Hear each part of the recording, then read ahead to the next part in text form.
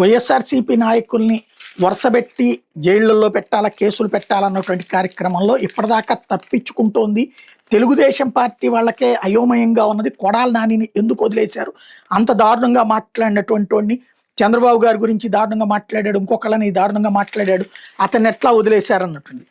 అట్లా వదిలే ఉద్దేశం మాకేమీ లేదని చెప్తోంది ప్రభుత్వం. తాజాగా చూసుకుంటున్నప్పుడు ఏదైతే రీసెంట్గా ఇచ్చినటువంటి దాంట్లో కొడాలి నానికి ఇప్పుడు ప్రాసిక్యూషన్కి అనుమతి ఇచ్చింది. వైకాపాయంలో గ్రామ పంచాయతీ ఎన్నికల సందర్భంగా నాటి రాష్ట్ర ఎన్నికల కమిషనర్ నిమ్మగడ్డ రమేష్ కుమార్ పై అప్పటి ప్రతిపక్ష నేత ప్రస్తుత ముఖ్యమంత్రి చంద్రబాబు మీద అత్యంత దారుణమైన వ్యాఖ్యలు చేసిన కేసులో కొడాలి నాని మీద ప్రాసిక్యూషన్కి రాష్ట్ర ప్రభుత్వం అనుమతి ఇచ్చింది.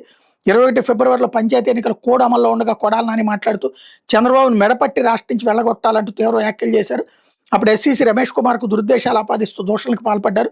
ఈ వ్యాఖ్యలు ఎన్నికల ప్రవర్తన నియమాలు ఉల్లంఘనని, నాని మీద చర్యలు తీసుకోవాలంటే రాష్ట్ర ఎన్నికల సంఘం సంయుక్త కార్యదర్శి అప్పట్లో కృష్ణా జిల్లా ఎస్పీకి నివేదిక పంపారు. గుడివాడ పోలీసులు స్థానిక న్యాయస్థానం అనుమతి తీసుకుని 21 ఫిబ్రవరి 16 కొడాలి నాని మీద ఐపీసీలోని వివిధ సెక్షన్ల కింద కేసు నమోదు చేశారు.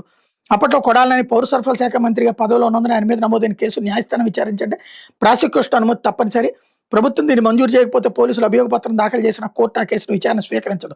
ఈ నేపథ్యంలో కృష్ణా జిల్లా కలెక్టర్ నుంచి అందిన ప్రతిపాదన మేరకు కేసు రికార్డులు నిశ్చితంగా పరిశీలించిన ప్రభుత్వం నాని మీద నమోదైన కేసుకు సంబంధించిన ప్రాథమిక ఆధారాలు ఉన్నాయని నిర్ధారించింది. న్యాయస్థానంలో విచారణ వేగవంతమయ్యేందుకు వీలుగా ప్రాసిక్యూషన్కి అనుమతి ఇచ్చింది. ఈ మేరకు హోంశాఖ ముఖ్య కార్యదర్శి కుమార్ విశ్వజిత్ గురువారం ఉత్తర్వులు జారీ చేశారు.